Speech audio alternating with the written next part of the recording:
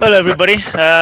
This is not Dale Pinkert. He's going to be here in a little while. He's got some technical issues, I think. So we're going to kick it off with Ryan and with myself and Ryan, then and Kman, and then Blake is going to join us afterwards. So let me take the screen first. Chart, mate? Yeah. Hello, Ryan. Morning, no, not start video. You don't want to see my face. Yeah, very good. Thank you. Monday. Hold on or a second. Tuesday, or Wednesday, or Thursday, or Friday. There we go. Okay, so we have surprise, continuation of the move we were seeing last week, and really, I mean, risk assets are getting sold, and I really feel sorry for the 60-40 bond equity portfolio. I mean, you're losing on both sides. Obviously, it had been doing well over the past 10 years or so because both bonds and equities were rallying, but now it's really not the place to be. I think everything. I was having a chat with a friend of mine, very smart guy, and we were agreeing that everything is being driven by yields pretty much at the moment. And if you look at the 10-year US, we are getting really close to this previous high from late 2018. Late 2018. If that gets broken, I think there will be some resistance in yields there should be, and it has been a straight line up. But if that gets broken, then really 4% is the next level. And the question is, can the world withstand a strong dollar and high yields? And the answer is obviously no, not for a prolonged time anyway. So we are seeing equities having another dump. I've been saying for a while that the S&P probably around 3,500 is going to grab the attention of the Fed, and I think that's where they're going to start turning around in a big way.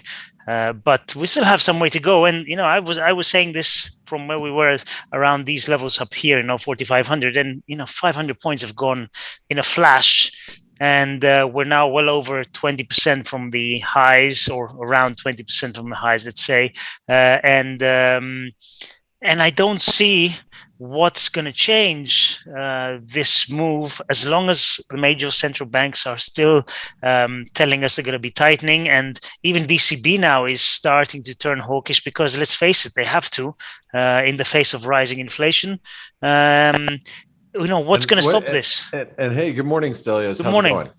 I'm good, thank you. Good. And you? And did you see the move in Bitcoin? I mean, Bitcoin's broken down. Yep, we were looking at this earlier today, and I tweeted about it. There you go. And you really just have these lows here now, 29, 30K. And if those get broken, it's the end. And also, remember Michael Saylor's, I know we talk about him a lot, but he's a whale here, and his average is 35K, so he's underwater. He's been very public about his average. He's underwater, and there is apparently a clause where he has to post more collateral at 21K, where more collateral is going to be more Bitcoin. So I don't know how that works, but I don't know how that works either. Ethereum was close to breaking. Oh, there you go. That's breaking too. So I don't know what to say. I don't know what to say about cryptos. I don't know what to say about anything. It's tough. Going back to your yields, doesn't it? Yields and stocks, doesn't it come down to whether the US particularly can weather the storm of higher rates? I mean, look, we had another stellar jobs report. I think the 12th jobs report on the bounce, wasn't it, over 400K? Yes.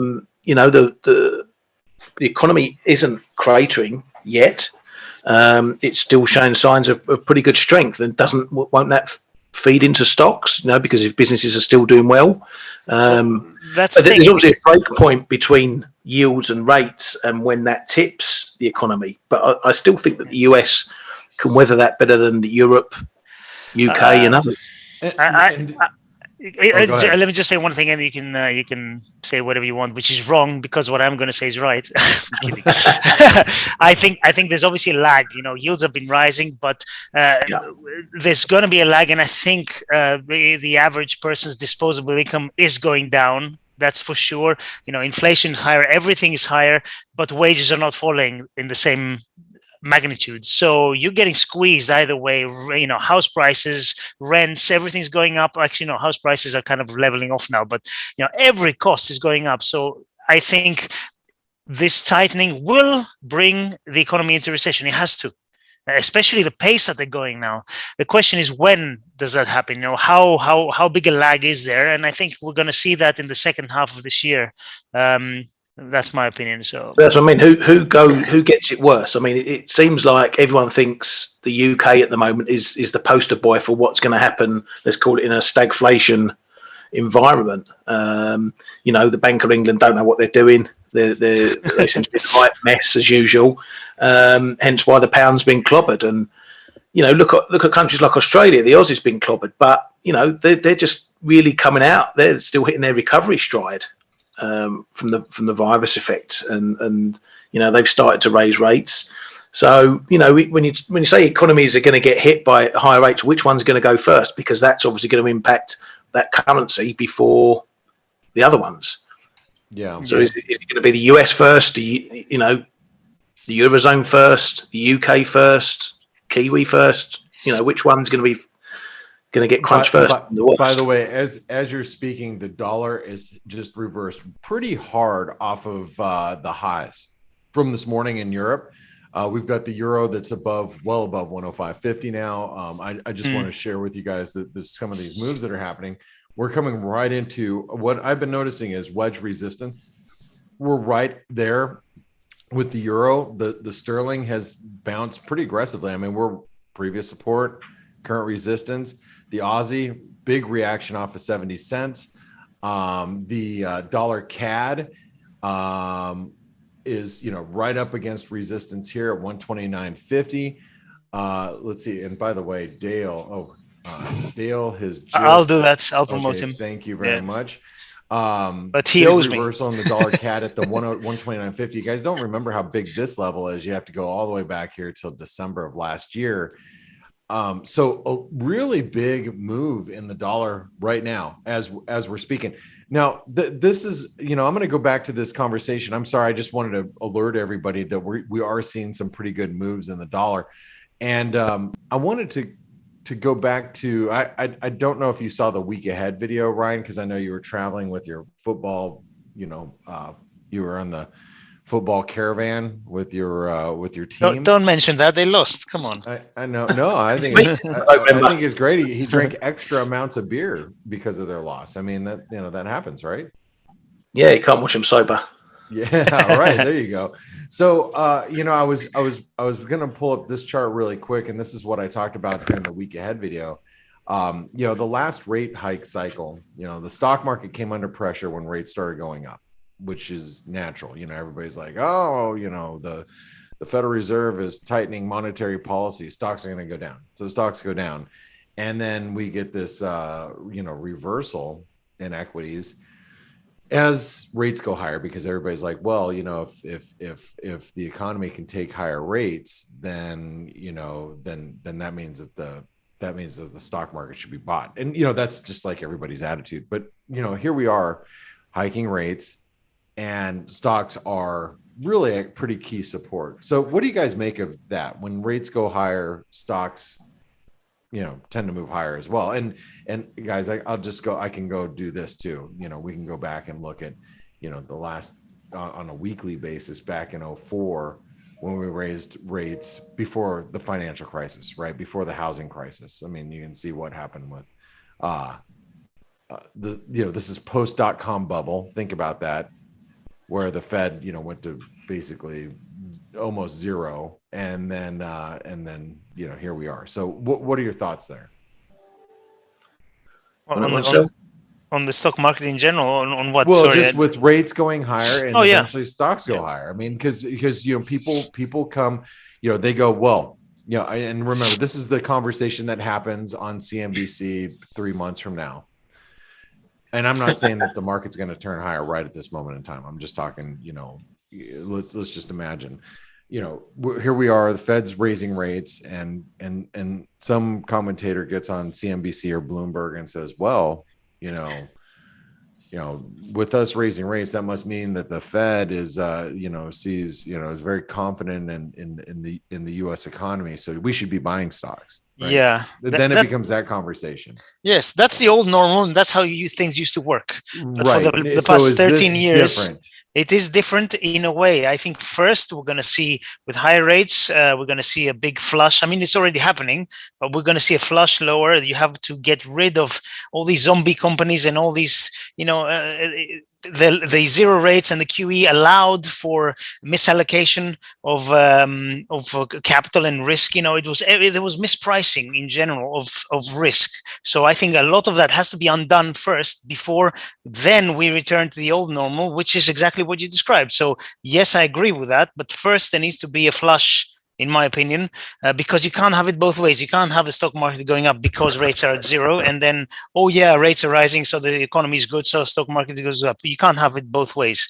You have to undo a lot of the bad things that happened over the past 12 years, 13 years before you go up, in my view. Okay. All right.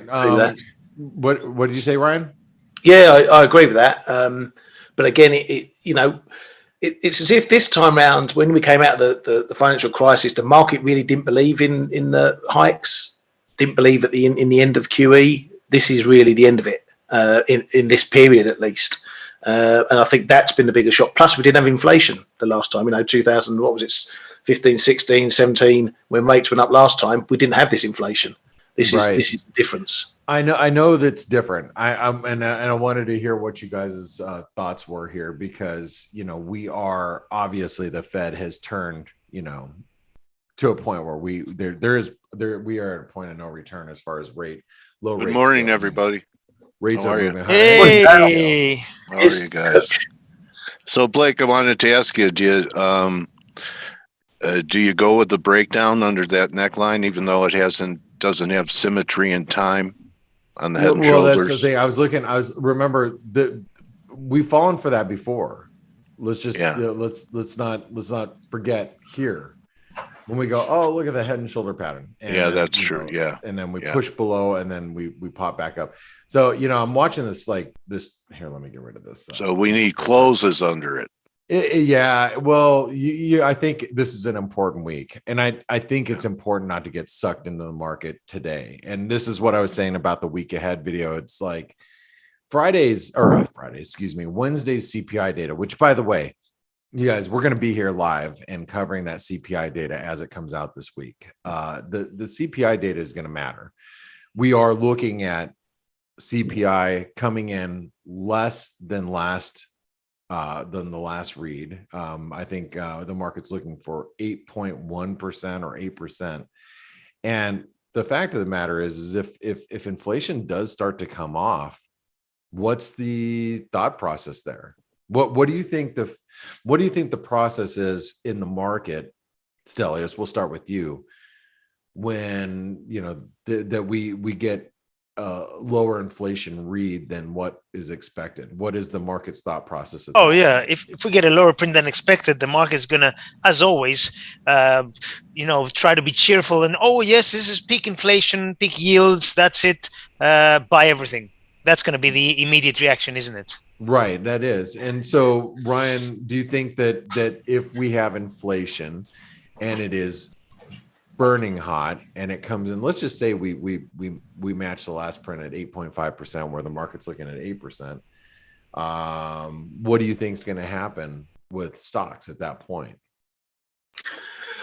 I don't think it's going to change the picture. We've sat here for a year watching inflation rise. So, whether it misses by 5 pips or beats by 5 pips or stays the same, it doesn't change the fact that inflation is here. It doesn't change the fact that the Fed, although Powell knocked back, the extremes in 75 pip hikes, he hasn't changed from the path. They're still going to keep hiking. So if you're of the view that, yes, you're always going to get your short termers and your algos who if inflation misses, then the Fed aren't going to tighten as much, and then stocks are going to go up on the back of that, and vice versa if it comes in hot. But for the longer term, we've had all that in the last few months. We've had all those let's call them minor moves or data moves. It's really whether the picture changes. So unless we get inflation down to around 5% over the next 3-4 months, the market isn't going to change its mind, and the Fed's not going to change its mind. Okay, and so, but and the point, the reason why I want to bring this up a little bit is just because, Dale said, "Do we chase them?" Or he asked, "Do we chase the market down here?" And I mean, here's the S&P today, right? CPI comes out on Wednesday, and so if for some reason, we get a move back above 4,100 ahead of Wednesday, which I don't think is going to be very entirely difficult for the market to do in this environment because the liquidity is pretty poor at this point. We get back above 4,100 following Wednesday, or up until Wednesday, and then we get data that comes in a little weak. Dale, I think your answer would be at that point, yeah, we shouldn't be chasing this market lower because we're just following this. Every time we hit a new low, it reverses. And it doesn't mean that we've changed the trajectory of the market. That means the market is still trending lower. It's just you don't chase it lower. You just look to, sell a move back to the 200-day moving average or something like that, So pick your levels, yeah. Yeah, I think you do. So what do you guys think about risk appetite and risk aversion at these levels? What do you, Dale, you came into, I know you just popped in, and we missed you to kick off the webinar, the show. Sorry, I was in the middle of yawning. But what do you think in here as you getting everything booted up? You're looking at the market this morning. What are your thoughts initially? The bulls have to turn it this week and close back above that level, or 3,400 becomes likely. That old megaphone pattern. It really, on a weekly close under last week's lows, or you could even say a daily close. I wouldn't be long. It doesn't necessarily mean that I would buy it or short it either, because the one thing that keeps me from being aggressively bearish is too much company. Yeah, everyone's bearish now. You got a lot of people that are bearish right now for sure. I know you guys were talking about Bitcoin a little bit earlier, but man, I got to pull out that chart. I mean, that is, that's an ugly looking chart right there, for risk appetite. I'm going to have to see Bitcoin decisively higher this week, which, the way that it's looking right now doesn't look like it's going to be the case at all. And look at silver. It came fairly close to cleaning out a ton of stops. Yeah. That it put in, I don't know, when was it? January. Yeah, actually, here's the daily chart of silver. This was updated on the ForexAnalytix page. No, they're going to turn it without liquidating out the last stubborn bulls with stops under there. I've been talking about that happening for a while. So I don't know, Stelios, where are your stops? Yeah. I haven't. There are none. There's a man with conviction. The end of time. Well, yeah, I mean, silver's, we're definitely down at the 2150, 2130. Where could it go? Just technically, forget the title of the chart, Blake. And you look at silver, it's hard to really be a silver bear, but can you come up with any downside targets on it? Fib extensions, so forth for, if we do break down, let me pull up the chart really quick. And I don't know where there it is. I know there are some moving averages on the daily around 2070 or something like that. This is a weekly chart. Yeah. And so you can see that we have, extensions that will take us down to 2050, what is that, 2060 right there, and then 19. Yeah. I think 19, possible. Realistically, 19 and a half is the major level if we break these lows. Yeah, that's where it's doable. You have to think, man, silver has not acted well. It really hasn't. You take it in look at gold and look at how gold's done over the last, just say since 2019. You've had gold from 1300 to 1900. Silver, well, I guess silver is Well, I mean, The it depends shares, if you're chasing up here around the $18 level. I mean, yeah. it's not much higher. So, And the miners, Blake, the silver miners have not performed as well to the upside as the gold miners have either. you know, I That's haven't. why you have What's the the gold. what's the symbol on the silver miners? SIL and SILJ. SIL is the major ones. And okay, AG is a popular one that people trade. And it's like $1 or so away from below the move. Yeah, I mean, so and then pull up a gold chart like AUY, which is Yamana, and it's night and day. Yeah, for sure. I mean, yeah, you know, night and gold's day. done so much better. So I don't know. I mean, I sit here and I look at gold and silver and say, man, you know, from a trading perspective, if I was long silver over gold, I would be a little bummed out, you know, with the performance there. Hey, let's really quickly, let's take a look at the sterling. You know, Ryan, you missed, were you here for the Bank of England last week? No, I was in the pub. I caught the headlines of it and started laughing. Yeah, well, you know, it absolutely crushed the sterling and your beer purchasing power dramatically last week. But here we are. We're back at the 124 level, and this is, you know, be the breakdown point. What are your thoughts about what had happened last week? You know, now that you've had a few days to sober up, you know, past the Bank of England, what are your thoughts with the BOE, you know, following this last week?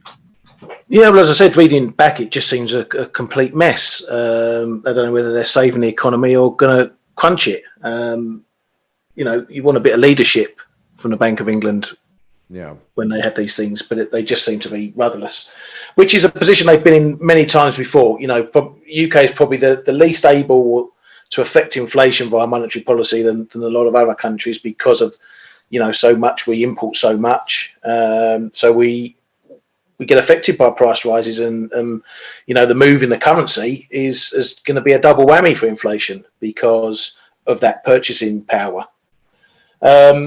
So yeah, I mean, you know, my main interest is euro sterling, because, you know, I've been long from the 83s on this, and we had a move back up to the 86 level, which was, you know, a big marker for me. It was the 38.2 fib of the big drop.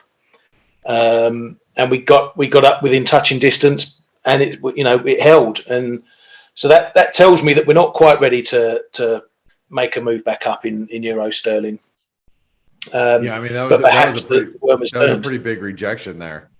Yeah, you know, that, as you know, and the guys in here know, I've been banging on about that level, you know, for months, as that's my main marker. If this trend is going to change, this downtrend since the 92s is going to change, that's one of the levels it needs to take out. We got over some of the others, you know, 84, 80, 85, and some of the other minor levels, 84.20, that sort of thing. But we slammed into that level, the 38.2 fib, and we couldn't get above it, and we're back below. So now, in the shorter term, we need, I want to see 85 down to 84.80 holding as support now. If that fails, unfortunately, we go back in the box, and we see the pound continue to gain again. Awesome. All right. Well, you know who I haven't heard from this morning, or we haven't heard from Kman, and you know, the dollar. Hey, there he is. The dollar yen is actually showing a little bit of a reversal here, maybe a little double top. You know, I'm not a big fan of trying to stand in the way of the dollar yen at this point, but we're seeing a little bit of a reversal in the dollar across the board. So what are your thoughts here, Kman, as far as the dollar goes? I mean, here we are ahead of some key data on Wednesday on the CPI data. What are your thoughts? Yeah, that's what I was saying this morning in the room as well. We're going to watch that possible double top. But the real, on a longer term, there's a bit of activity going on in somewhere between 132 and a quarter and 133 and a quarter, I think. And that's going to be the gateway, whether we are going to see the 135, 136 or not, in my opinion. right now, dollar yen is coming back just with the rest of the dollars. We have, if you look at the crosses, they are not moving that much. Sterling yen is even higher on the day. Nothing's changes, and unless we are holding in the medium term, I mean, unless we are breaking back below 128.5, and then the bigger one 127, I would say, but 128.5 would already be a signal. In the meantime, range trade with the rest of the dollars, I would say, and see if we continue to move higher, slow. I think it's going to be slower if we move higher, unless euro, dollar, and the rest of the dollars massively, the dollar breaks massively higher. But there's no reason to go short dollar yen medium term yet, in my opinion. The Bank of Japan is still way behind all the rest, and they've sent us to the, what is it? 17th of June. Huh? That's more than a month away if Bank of Japan doesn't do anything in the meantime or MOF intervenes. I actually think MOF interventions would make it worse, because then you bring out the big speculators to see if they can break their resolvents. But the Bank of Japan doesn't change anything. I don't see why dollar yen would go down until the next BOJ meeting. Well, you know, but if yields peaked. I was going to say, yeah. Well, of course, there's the other side, the yields in the dollar, but the Fed is still going to raise. So yeah, I don't know. Yeah, if Bostic came out a little bit less hawkish than the rest, Kashkari as usual. So we could see the 2-year and the 3-year perhaps moving back into the middle of the target zone, 2.5. So there's 17 BPs from here in the 2 years. Yeah. But since we are still having to start QT, in my opinion, the longer end will stay relatively bid, which would steepen the curve, which in turn is again relatively positive for stuff like dollar yen. So let me ask you this: as far as I don't know if you heard our conversations earlier about yields moving higher, stocks moving higher. You know, is there a chance at this stage? And I don't think me personally, I don't think so. I'm actually thinking more, you know, a couple months from now. But is there any chance that the market starts to say, well, hey, you know, rates continue to go up and, you know, the economy is absorbing it just fine, so we're going to buy stocks? Do we ever get into that mode again, or is that's this the thing, too different of a market now? Yeah, there's the data for you. Then if the economy holds up, I don't see the curve going back down. You know, if the economy holds up, the curve will, if anything, further steepen, and that should, in theory, be a positive dollar via the FX side, because they are going to do longer end versus shorter end swaps, and that's a mechanically should be putting a bid under the dollar. But it's going to be really what the data tell us, I think, into the next meetings. The Fed could say, if inflation data start to top out, the Fed could say, okay, we've done 2 or maybe not 2, but 3 50 BPs, and now let's see where we are data-wise. You know, but as you were saying earlier, it could be a case of months instead of days or weeks, right? Right. That's true. You know, one of the reasons why I'm watching the dollar yen so carefully is because for those, if you don't watch FX really, you know, that closely, it's the dollar yen that really took off, that got the dollar moving across the board. At first, it looked like it was more of a yen story, but then the more that the dollar yen continued to rally, the more the dollar started to take notice across the board, and we started to see a move in the dollar index. But you know, we have the dollar yen that is actually, like I said, it's near its lows of the day. We can't really explain why it's at its lows of the day, but it is. And let's, you know, not, you know, ignore the fact that the dollar yen, just, you know, taking a look of the last 2 months, let's go to March 1st. You know, the dollar yen is up 15%, or let's say 14 point something percent. That's a big move in currency land world. That is a huge move. Can you let's say Kman, because we were just sitting here chatting. What do you think in terms of your, you know, almost or 40 years of trading experience, how big of a move in currencies is a 14+% move in just a couple of months? No, that's absolutely a big move, and that's why it triggered the officials' comments. Also, because the Bank of Japan standing pat. If the Bank of Japan would have started to change, we probably would have corrected some of this move, but they haven't changed anything. So the officials need to come out, because the market is killing the importers, especially that there's less export to put in front. So there's less exporters needing to repatriate yen after sales. So that also accelerates the thing. So the market understood as much. So from there, the big move, it is a sizable move. Very. Don't get me wrong, it is a sizable move.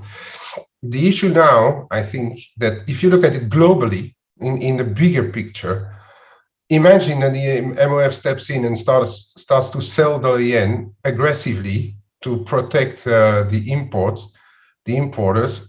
I really think, come with all else equal, that is the interest rate differentials remaining equal. I think if you get down back to low 120s, there's going to be an absolute legion of buyers going to line up. We need a change in market, and we need a change in market perception. That is US rates coming back down, basically, to change the perception of what is going to happen to the Japanese yen.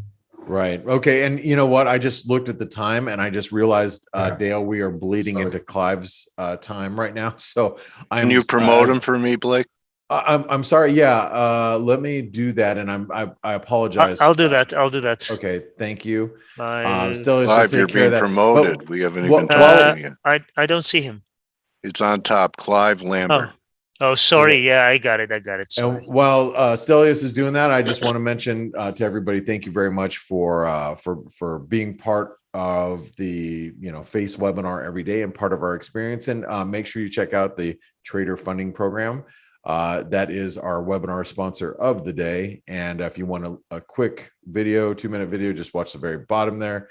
Figure out how to try to qualify for larger trading accounts through our Trader Funding Program. So, Dale, I'm going to pass it over to you, and thank you, Team Kman, Ryan, Stelios, specifically for being here, and we'll catch you guys on the flip side. By the way, I had the Clive Lambert in my class at school a long time ago. I'm sure it's not the same guy. Okay. Anyway, I would have loved a reunion live. So anyway. Clive Lambert, welcome to F.A.C.E. Great to meet you. Hello there. How you doing? Good, Clive. Nice to meet you. Did you want to share your screen so we could talk about a few things? I go to school with? Sorry, that was the British School of Paris. You weren't there, right? I wasn't there. That's not me. Okay, it's okay. You're in London, right? I am indeed. Yeah, well, Essex. Yeah. London, yeah. Okay. All right. So, it's a little green box at the bottom for you to share your screen of someone. Okay, let's do that. And I'd like to start off with asking my guests a little bit about their journey. You look like a veteran. You've been around for a while, Clive. I read a little bit about you. You wrote a book on candlesticks, and that's your cup of tea that you teach and trade with. Tell us what your first gig was in the business and what you were doing prior to that. Okay, yeah. I mean, I have been knocking around these markets since the late 80s. I was a stockbroker in those days, and then in 1990, I up sticks for a year and went to live in Australia, where I got a job bizarrely on the futures market in Australia. And came back and worked on the London floor for 10 years, and that took us up till the end of 1990. So I was a broker on the live floor, jackets and all that business. And then when the floor closed in London, which was quite a while before Chicago, I set up the business writing analysis every day for traders, basically. Yeah, and Okay. you know, and the big markets back then on life were the Bund, you know, or in Europe, the Bund futures and the DAX. Okay. And so they were the things that I mean, I still write about the Bund today, you know. We were fortunate to have trading floors to go to and have it be not only a place of employment, but a place of gathering wisdom from, you know, some of the best traders.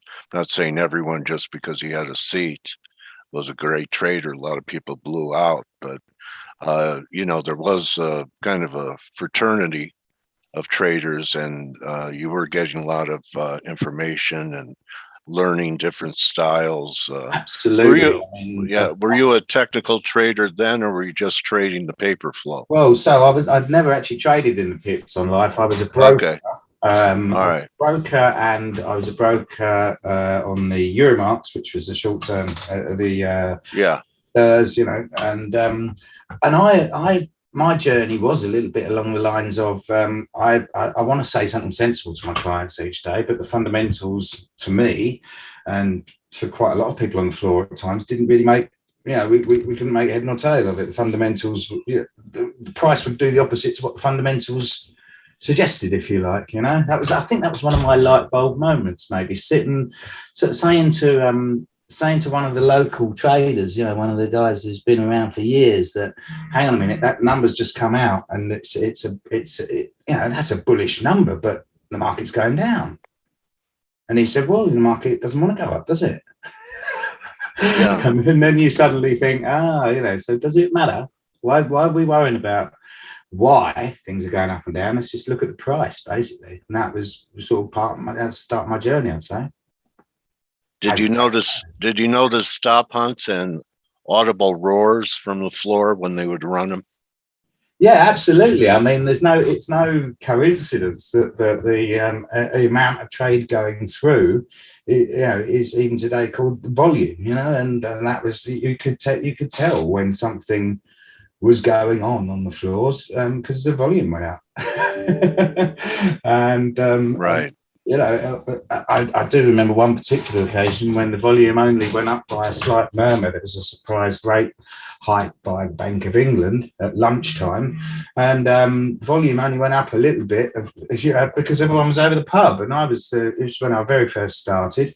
And I was the one that ran over the pub and cleared a pub within 10 seconds with 2 words. I shouted out rate hike, and that was the pub empty within 5 seconds. I think that's one of the best moments of my life. Okay, so I see we're looking at you know, almost everything kind of has a similar look. We're looking at the FTSE and mainly the FTSE here. So it doesn't look quite as bearish as U.S. markets. It's actually had relative strength to the U.S. You think that's because of cable weakness?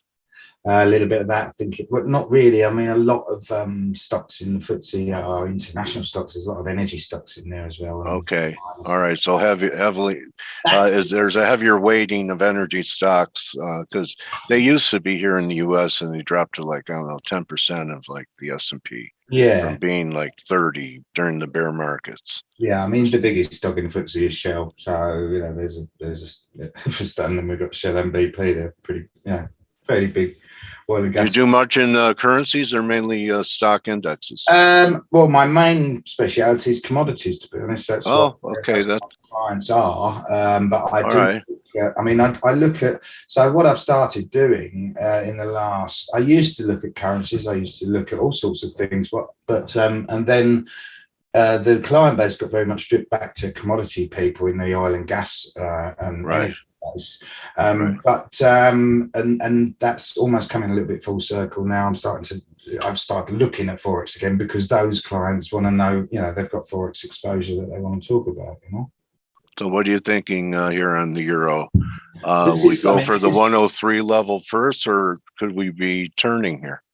Yeah, I mean, there's a huge amount of support in euro, US dollar. It's something I pointed out to my clients this morning on my morning note. If you look at it, you know, I've just stuck some orange horizontal lines on the chart.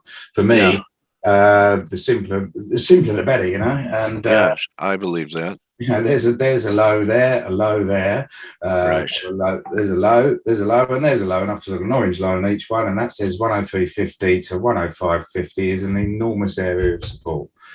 And we're there. So, you know, it's going to be interesting times to see what goes on with that one in the coming weeks, really. I mean, that's a monthly chart showing there.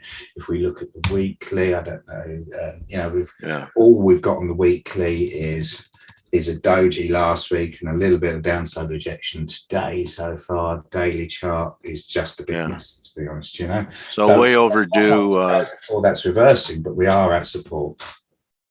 Okay, MACD important to you? You have it up on the chart?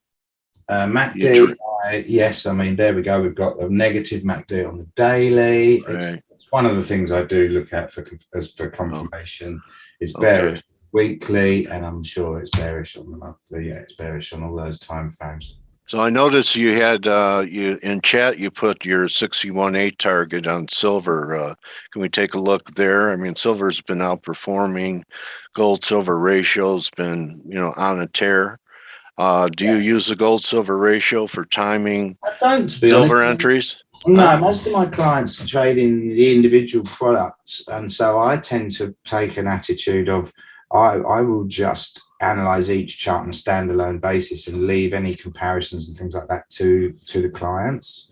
That's the way I've sort of set. Yeah, you're better off. You know, correlations work till they break down. Well, yeah, I mean, that's right. Absolutely. Risk on, risk off isn't working too well at the moment, is it? You know, when you've got bonds and equities all and gold and silver and everything, it all seems to be going south. It's like, well, you know, where's your risk on, risk off type of how's that getting on, you know? Yeah. So do you think that if we get down there, that's is that a place you would probe the long side? Yeah, I mean, you've got this. I mean, we've got support there: 21.80, 21.40, 21.41 again. Yeah, don't you think they have to take those stops out first, Clive? Definitely. I mean, it's not lost on me that your Twitter handle is Forex Stop Hunter. Yeah. And sometimes I'm Forex Guest Hunter when I have to go hunt them down before the interview. But and it was because I was on the floor too, and I actually ran orders and remember when I would hand an order into, you know, cattle pit or the gold pit, the brokers were always really interested and put in, you know, a different slot in their fingers where the stops were. I bet they were. Yeah, absolutely. And then I noticed the audible roar and sometimes saw that being at least a short-term turning point. So that's just something I noticed when I was a young man, 22. Yeah. When I was trading with Jesse Livermore. I'm just kidding. You're not you're not that old. Not yet. Hopefully. What a great book, though. Yeah. So commodities. So you cover the grains. As you said, silver's got a very obvious support there. So got to think that that's going to be given a test, and then we can head down. For me, Fibonacci. Yeah. Fibonacci lines up nicely with things, then I like it, you know. And you've got a fib level there at 1879, and you've got three highs there at 1889, 1892, 1895. So, you know, you can draw an ellipse or anything you want. You can say, look, there's your support right there. Right. Yeah, I like that. It's awesome. Then what's your look in gold, Clive? In comparison, it's been holding up much better. Or would you look at longs there? I've got an area here around 1830. If that breaks, then we go to 1730 and maybe even back to here 1670. But that uptrend line is doing the job at the moment. So we'll see what happens there.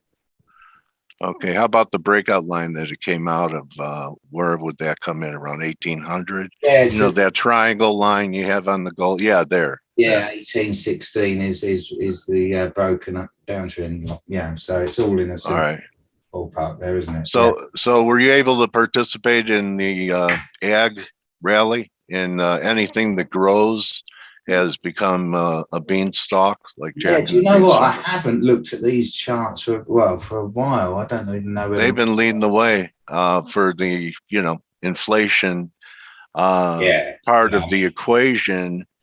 And I'm wondering what you think about all central banks thinking they can control inflation when they can't print grains.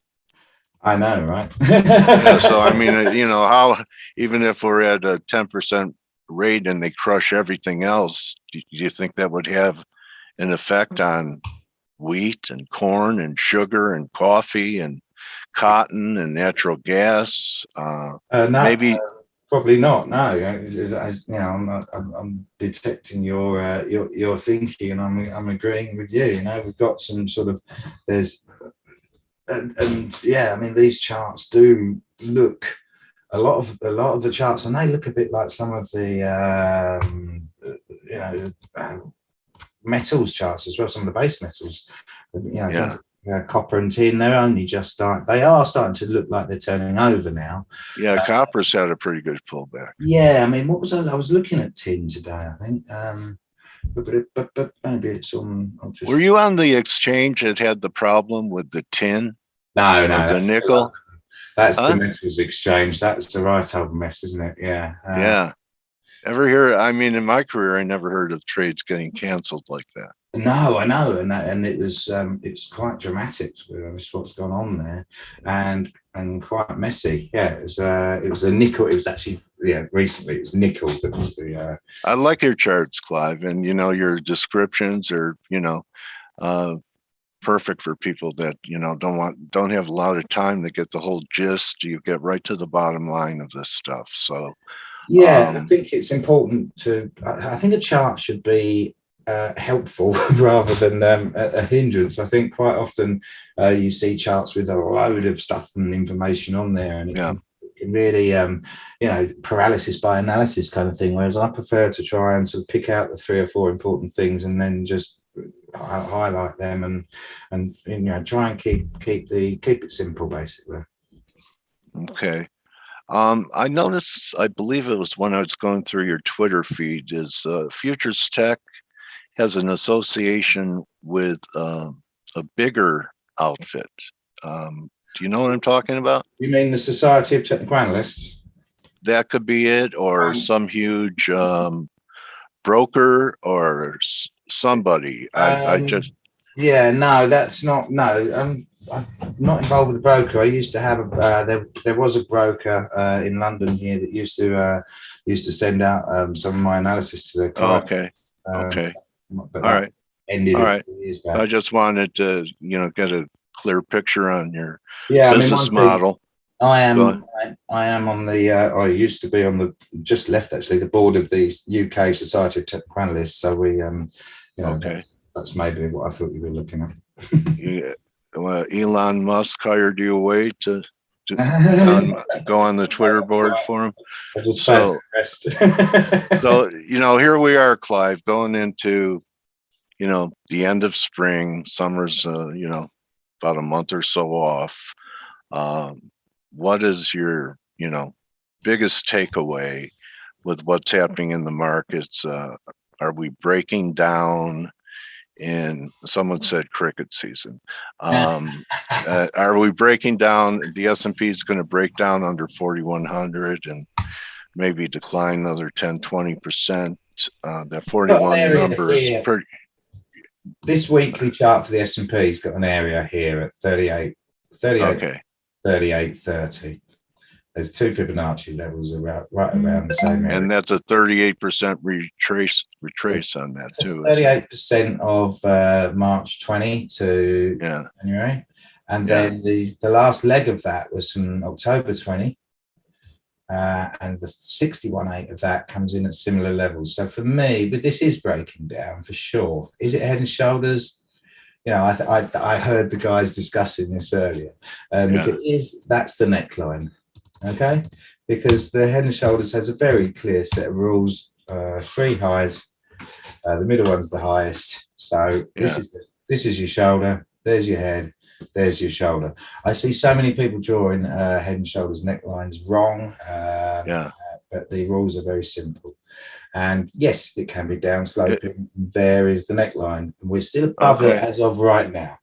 Okay. So it could be a wedge line. It could turn into a wedge if it holds here.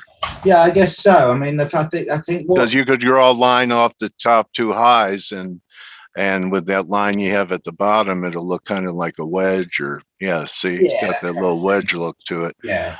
Okay, so I didn't know. I always thought that the best necklines to have were either horizontal or upsloping. Mm-hmm. But this. You're saying this is valid, this kind of line? Yeah. Okay. All right. Okay. So I don't know. We don't. And if that was to break, you've got a target measured move target of 34.6. Yeah. There's some weekly moving averages down there too. 200, I think, is down there. Yeah. Okay. Yeah. And I think that's pretty close to the COVID high before we crashed. There. Yeah. Okay. So look, you've got this is what you're talking about. There's your 200. Yeah. A lot of confluence there. 34.70. You've got the Feb 20 high at 3,400. You've got the August. Some shenanigans going on around there at that time, wasn't there? Okay. So a lot of things point towards that could happen. I still know guys that are looking for new highs, and they're not dumb guys. They're pretty, they called this correction. They thought it was going to end and we'd get one more hurrah. Yeah, I didn't. I was quite surprised. I thought last week when we retook 4,200 or 4,203.5 to be precise in the futures. After the Fed. Yeah. After the Fed, I thought, okay, well, there we go. We've done exactly what we did in February and March. We've rescued this key short term fib. Okay, and you know what? I was pretty bloody bullish last Thursday. Monday. Got smacked. Thursday and Friday, absolutely mangled, Yeah, you've been around for a while. Have you found it very difficult to position trade almost anything, and that you're better off taking it when you have it?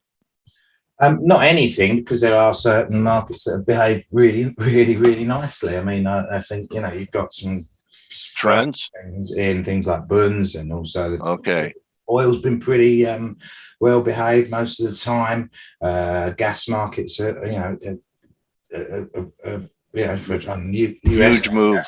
Huge move in that gas, So you have to be selective, I think. But equities have been difficult, but this is a question I actually asked on one of my reports today. Volatility like this is the kind of thing you see at major tops. Right, the back and forth, churning. Yeah.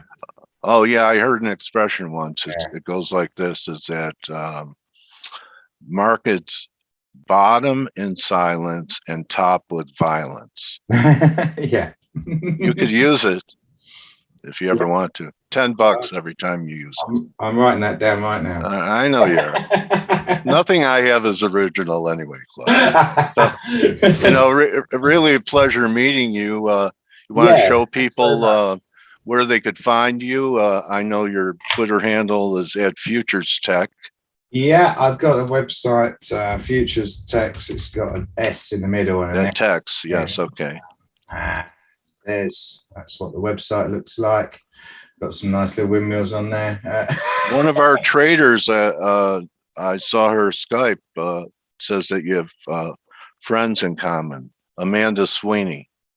Yeah. Yes, I do know. Okay, because Amanda's an amazing trader. Yeah. Yep. Yeah. So there's your website. If you want to look at some clean stuff and have perspective from what Clive has seen, I could tell he's a veteran and keeps it simple. You know how to find him. You survived this interview, buddy. You're now my trading warrior brother, and maybe you'd like to come back down the road. Excellent. It's been a pleasure. Thanks very much. All right, Clive Lambert, everybody, @FutureTex. Yeah. All right, and good hunting, Clive, and keep in touch. I'm glad our paths cross on. Let's thank Twitter for, met a lot of people because of Twitter. Yeah, And- that's not, it's a good place for that. All right, buddy. Good luck this week, and I'll get a hold of you later on in the day, and we'll set up another day. Okay, sir. Excellent. Nice to speak to you. All right.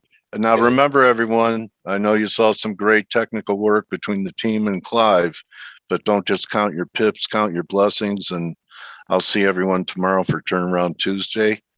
Join the team in 19 minutes for the morning edge. Adios. Take it easy, everyone. See you, Clive. Cheers. Take care. See you later.